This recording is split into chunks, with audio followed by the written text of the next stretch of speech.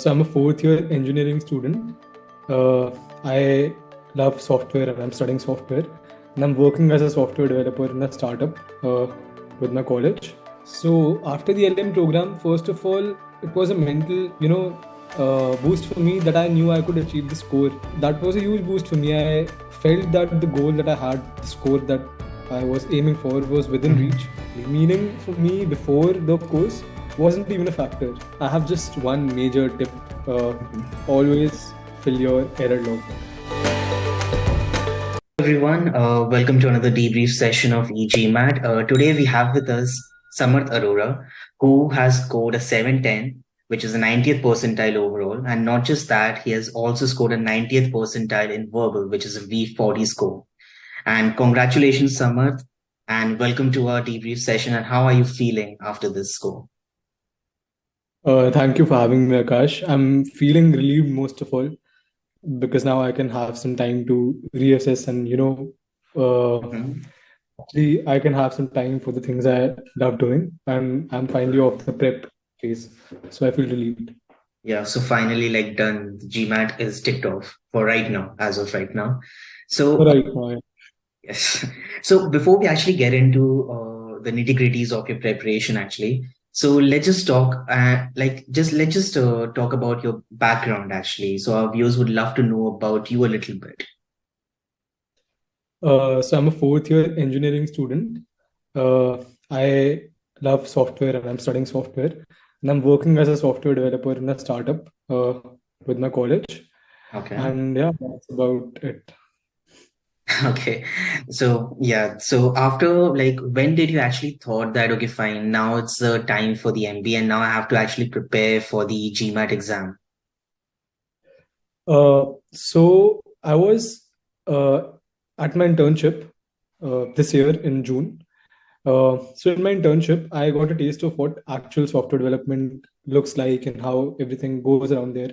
And I had a chance to experiment with management and product development and in other Okay. areas related to software as well.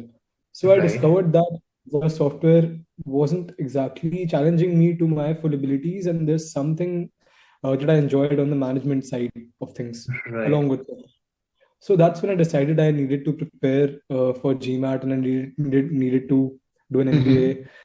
And I started thinking about it then. And when I came back from my internship, when I flew back to Delhi, I wasted no time and I started preparing for GMAT. And because I had free time in my college, I'm in my last year. Right. Academic load is a bit more relaxed, so I could afford to prepare for GMAT. And since the score is also valid for 5 years, I knew I could gain some work experience and then apply to universities.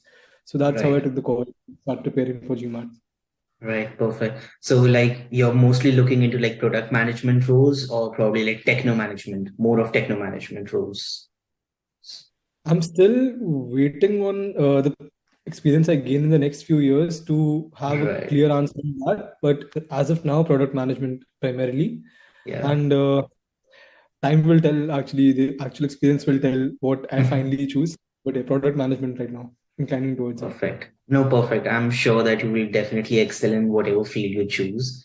And okay, so you thought about your GMAT exam in the month of June, okay? And I'm know that you joined us in the month of July this year. Okay, so how did you actually narrow down your options because there are so many test prep companies? So how did you actually choose e-GMAT to be your test prep company in this journey? So I looked at GMAT club reviews and I tried out the top. I had a few top candidates in mind, and e-GMAT Hmm. was one of them. I took the Hmm. trial for all of them, and Okay. e-GMAT was the winner for me. They provided so much data on each and every question, timings and all, and their instruction videos are to the point, concise, while explanatory enough for me to understand everything. And it was a clear choice for me, e-GMAT. I didn't think Right. about it too much. I looked at it for 1 or 2 days, and then I purchased the course and started my Right. preparation.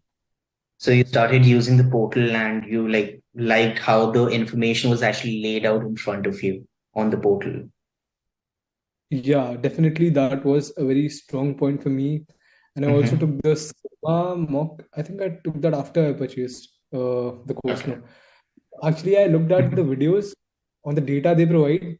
Yes. And I knew in my as my experience in software as well, how Right. critical data can be, how very critical minute mini school data can be in Right. question-wise data, and how much time it took for each attempt, and how much time did other attempters take in that Mm-hmm. attempt, in that question. So all of this data I knew could help me a lot, and e-GMAT was focused on that aspect as well. It Right. didn't need that. In the other courses, I saw that they were focusing on the instructions and the videos, but the data aspect wasn't at par with Okay. e-GMAT, so I chose e-GMAT. Okay. All right. So, you joined us in the month of July, okay? And actually, I have been with you since then because I still remember that we talked about your initial plan when you joined, talking about what is your starting ability, and then creating your study plan, right? So, after that, you joined into our last mile push program in the month of November, in the last week, okay? So, tell me that how was your first 4 months of the preparation where you was using the portal all by yourself with a little bit help from our end? So in the first few months, when I had doubts when I was changing course, Mm-hmm. uh, I emailed you guys, and I Mm-hmm. always got a prompt replies. Thank you for that. And so initially, I was overwhelmed by the amount of options in the portal, by the amount of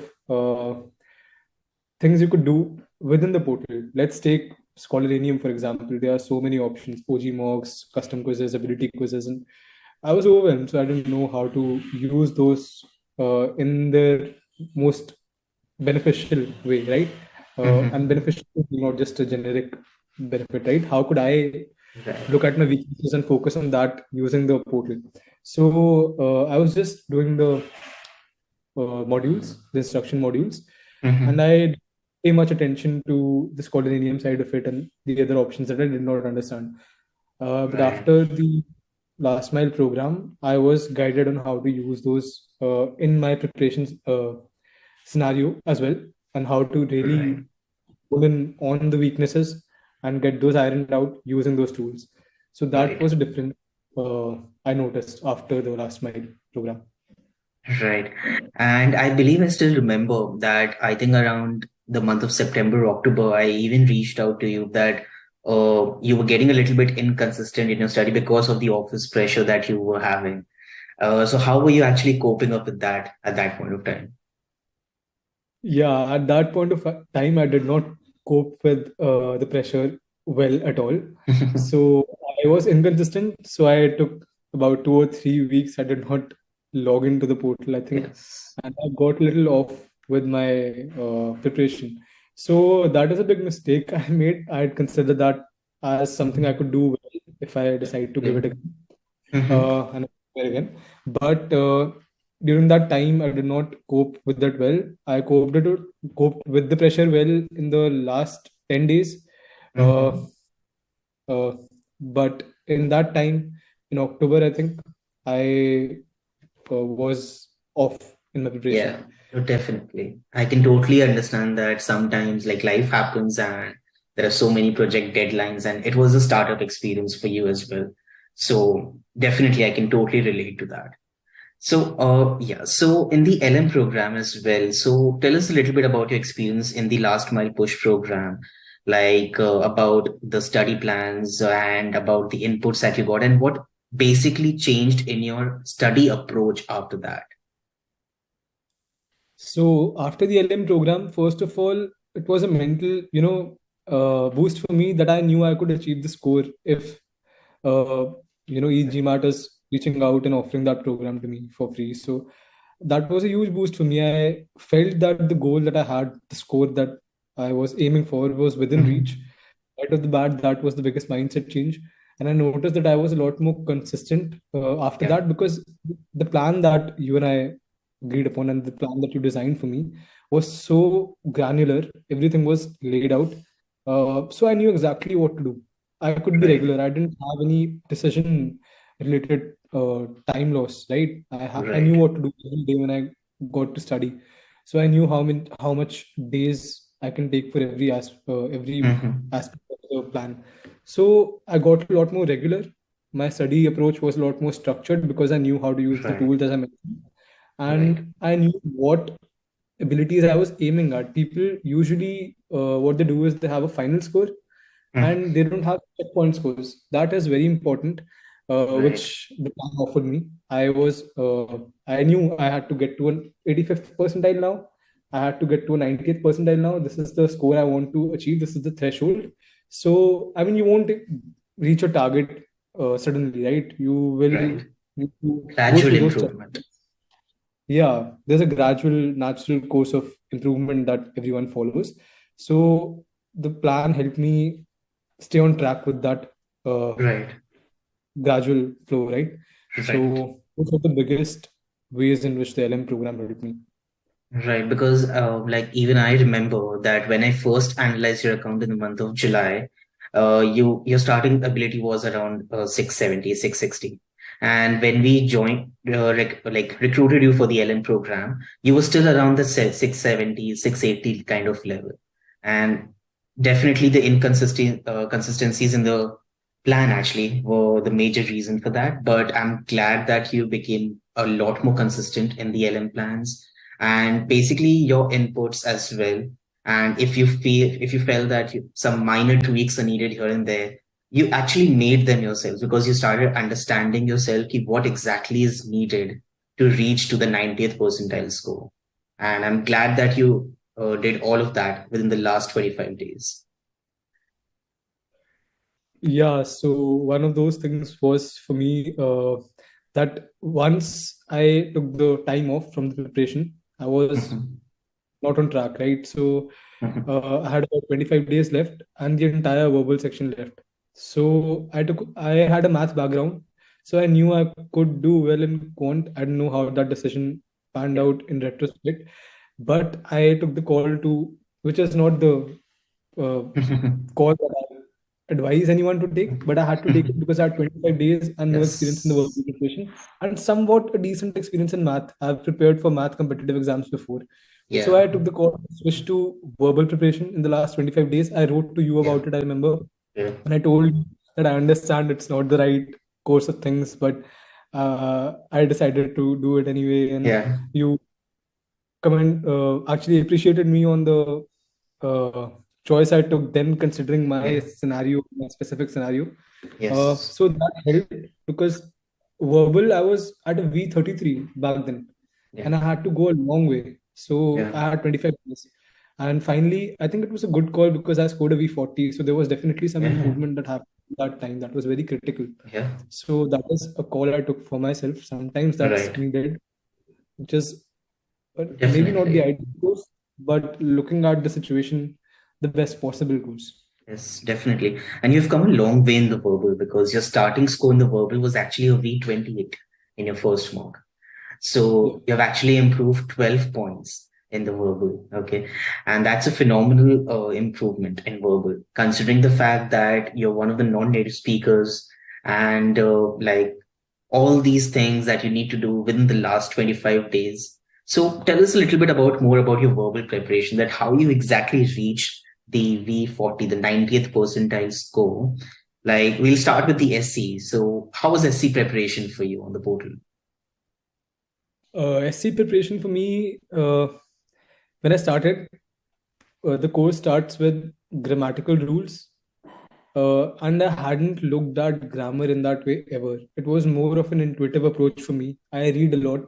So usually when I looked at a sentence before that, when I had a V28, I looked at all the options, I read them, and then I thought, and then I reread, and then I picked always the option that sounded the most natural, which is not exactly a deterministic way to reach at a solution. Yes. So I needed that definitely. So when I was clear with the grammatical rules, I noticed that the way I analyzed sentences after that, when I was reading for leisure, even I Yeah. looked at, okay, so this is the subject, this is the verb, this is the object, and all that I learned, the grammatical constructs that I learned were a part of me then. They were becoming a part of me gradually. So that's a change I noticed. I definitely had fun in that anticipation part. And then at the final leg, I was still facing some problems with SC. Right. This is just a week before my exam, not even a Yeah. week, even 3 4 days. Mm-hmm. We talked about it, and I told you that I was not getting the score I hoped for in SC in the mock. Uh, so after that, the preparation that I did, I first of all recognized what exactly was Yeah. that I was getting wrong. Modifiers was something that I was facing some Yeah. issues with. Then I took custom quizzes on it to Yeah. focus on that specific aspect. I revised my error log. I went and revised the notes that I took, and I Right. focused completely on modifiers for I think a few hours, and that seemed to really put me back on track to the abilities that I was targeting. Right. So SC for me in a nutshell was that. So basically, earlier you were more of like whichever option is more natural or is sounding more correct, that you were choosing. But later on, you started actually understanding the meaning of each and every sentences and started focusing more on the meaning, actually, that whether the sentence is actually conveying the right meaning or not. Exactly, exactly. Meaning for me before the course wasn't even a factor. I didn't actually know that we had to convey the meaning that the original sentence is trying to convey. Right. I thought this is the wrong sentence and I have to choose the right sentence. So Right. that was the level of understanding I had Yeah. before the course. And Definitely. since it was my first attempt also, so I had zero background with Yeah. that. So that helped. The course helped big time, and Mhm. yeah, that's pretty much about it in SC. No, no, definitely. The meaning-based approach played a huge part over there in your SC improvement. So let's now talk about the CR. So how was the pre-thinking approach now for you? I'm sure that from the beginning itself, you were really good in the CR. Okay. So CR was one of your stronger sections as well. So how did you imbibe pre-thinking approach into your CR preparation? So starting out, when I hadn't taken the course, when I was doing OG questions on my own, I was facing a lot Mhm. of problems with CR, and the problems really truly went away when we connected over the call, and I discussed the problems that I was facing Yeah. in detail with you, and you shared some articles with me about pre-thinking. I was taking a lot of time in pre-thinking.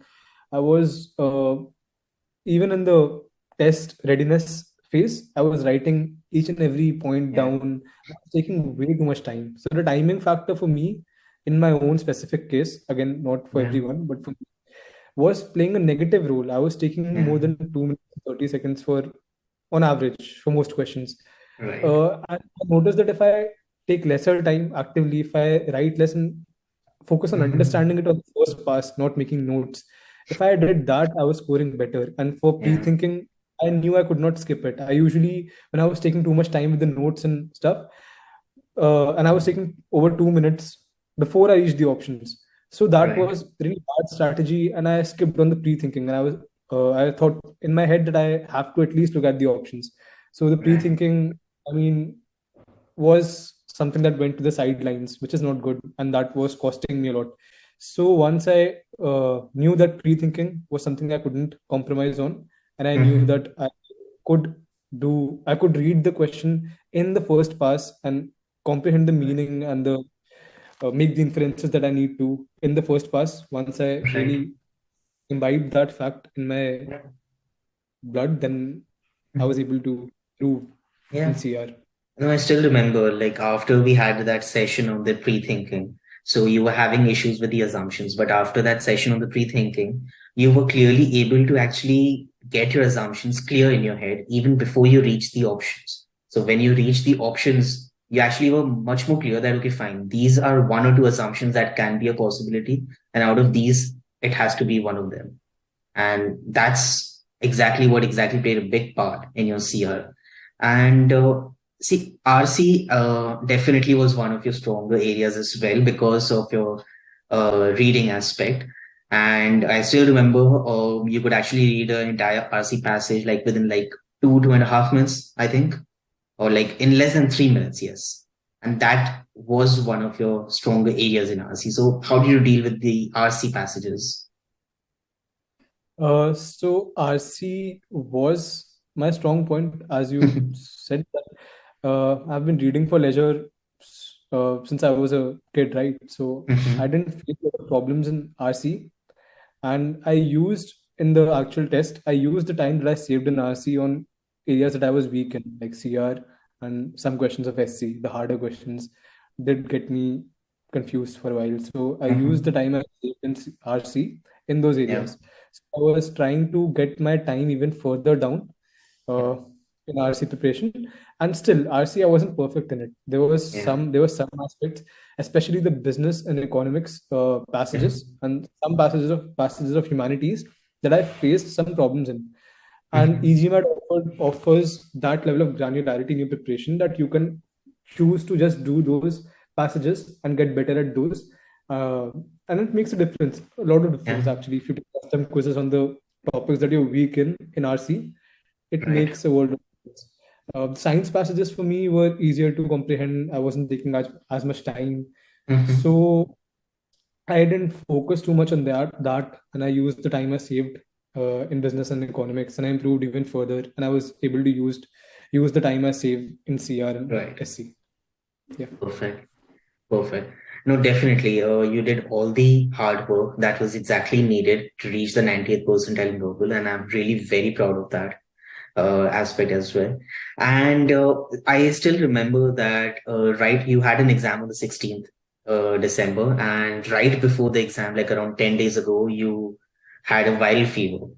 And the last 10 days of the preparation was entirely gone in viral fever, and you also had your college exams then as well.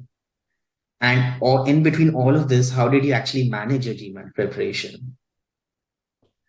Yeah. So it was a very hard week for sure. Yeah. Uh, so in the starting, when I got the viral fever, I had really high fever, so I couldn't study Yeah. at all. I tried, I couldn't study at all, and then I got even more stressed because I had a lot of stuff to do, and that was further deteriorating my condition. So I decided to just take a pause. Whatever happens, happens. I knew even if it takes a hit, I can always give it another attempt. Life is not Right. the end of Yes. road. I have a lot of Right. time. So I told myself all those things, and you have to reason with yourself in those times when you're stressed. Mhm. I took to meditating a bit as much as I could because I was Right. feeling a little drowsy. So even if I practiced, even if I did count quizzes, and in that phase I was at the quiz taking phase mostly, and the Mhm. review phase, which requires mental clarity. And I didn't have that. So I focused on getting as well as I could, as fast as I could. So I rested a lot for the first two Yeah. days, and I got a bit better, and I started with GMAT preparation. College was something that I was the subjects that were being tested were my forte, so I didn't have to study too much, and I got a Perfect. good in college. So Yeah. definitely helped out on that, uh, and I devoted as much time as I could, as I time that I had left. Right, Right. 1 week or less, I devoted Yeah. everything to GMAT. I think I had 4 or 5 days left Yeah. when I fully recovered. Not even that. So obviously, I had very less Mhm. time, and I had to really hone in on GMAT and go all in. I didn't go out. I stayed at home and just Yeah. focused on the GMAT preparation full Right. steam, and that was critical for to make up for the time I had lost. Definitely. No, definitely. It was a tough period. I remember as well because I was like waiting for your check-ins, and I was just hoping you get well soon as well because you had an exam on the 16th. And definitely, I still remember when you reached out to me with your result. I still remember I told you that I'm actually more proud of this 710 because I knew that how you exactly reached here, even after going through all of that. And really very proud of you. Well done on that. And Thank you, Akash. so this was an online attempt that you have given, right? So how did you and exactly why did you choose to give an online exam? And how was the experience of the exam day? Yeah, so why I chose the online exam, I reasoned out with myself that if I can really control every aspect of how I study and practice and reproduce that condition Mhm. the actual exam, the novelty factor of going in a new place, putting on headphones, and all that novelty factor that is associated with an test center based mode, right? Yeah. I can eliminate that and really focus on the questions. Right. That was my thinking when I got in, but the actual experience wasn't exactly as I had hoped. So this is something that the viewers can also look out for. So after every section, you get a break. In that break, you Mm-hmm. can go out, you can, take a break, and you have a Mm-hmm. lot of time. And once that break ends, the time for the next section starts, whether you start or Right. not.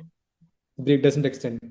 Right. And within that break time, you have to go out, come in, and then do a 360 scan of your room to the proctor, right? Right. And sometimes what happens is, what happened with me was that when I got back from the break and I called out to the proctor, I had, I think, 2 minutes left, and I called out to the proctor. She wasn't answering. I Mm-hmm. called out to her again, and I was getting worried because the time was Right. running out. And finally, the time Mm-hmm. ran out. Just before it ran out, I clicked the next button to reach to the next section, my quant section. So I gave my Right. verbal quant next. So when I clicked on the next section and the quant questions started Mm-hmm. displaying and the time for quant started, Mm-hmm. the proctor then said that I had to do a 360 scan every time I go out and come back in. So there was no way Right. around it, even though my time had started. So the Right. question was there. I was looking at the question, the timer was running, and I was doing a 360 scan. I was showing her the desk and everything. So that's how quant started for me. And it reflected in Right. my score actually.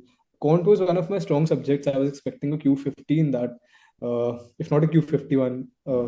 At the Right. very least a Q49, Yeah. but I got a Q48.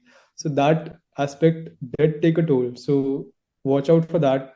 If you're taking a break, try to cut that Mm-hmm. break down to about 3-4 minutes and come Right. back, complete all the necessary formalities well Right. before your next session starts. Take a few minutes to just close your eyes, breathe, meditate for Yeah. a minute or two, and just get mentally prepared for the next section, because that can throw you off entirely. The first few Right. questions are very important Yes. because they decide your abilities. The engine decides your abilities, I think, in that. So you have to be really cool and collected when you start the next Mm-hmm. section. So that's a tip for everyone. No, that's definitely everyone would look forward to that actually. Okay. They should actually reduce their break timings, okay, and come back a little sooner so that they can actually finish all the formalities that are actually needed for the online exam, because that is also very important to do that 360-degree check every time. So, thank you so much, Samar. It was really very nice connecting with you today. Before we actually go out, any tips for the GMAT aspirants that you might have? Yeah, I have just one major tip. Mhm. Always fill your error log. I can't stress this enough. After every attempt, you have to fill your error log, because that's where the improvement happens. I know it's Right. hard if you're giving a long quiz to fill the error log after that, but if it's like a mock, a full mock, you can take about 5-10 minutes off. You can go for a walk, come back, Mhm. but fill the error log right then and there when you remember how you approached every question, most of the questions that you got wrong. So that Right. is critical. You can't delay it, you can't skip it for sure.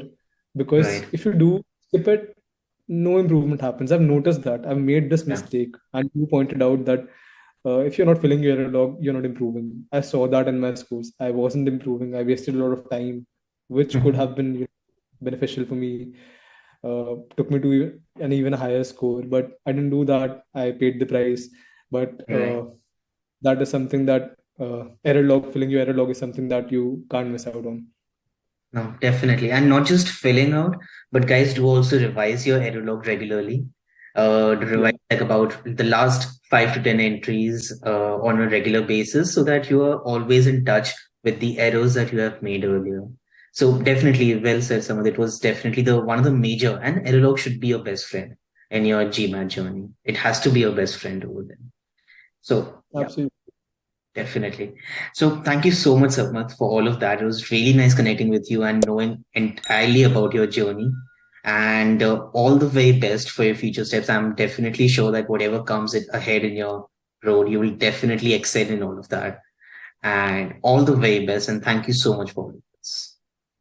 Thank you so much, Akash. Not just for having me today, but for the entire journey, how you helped me throughout my GMAT prep journey. Thank you so much.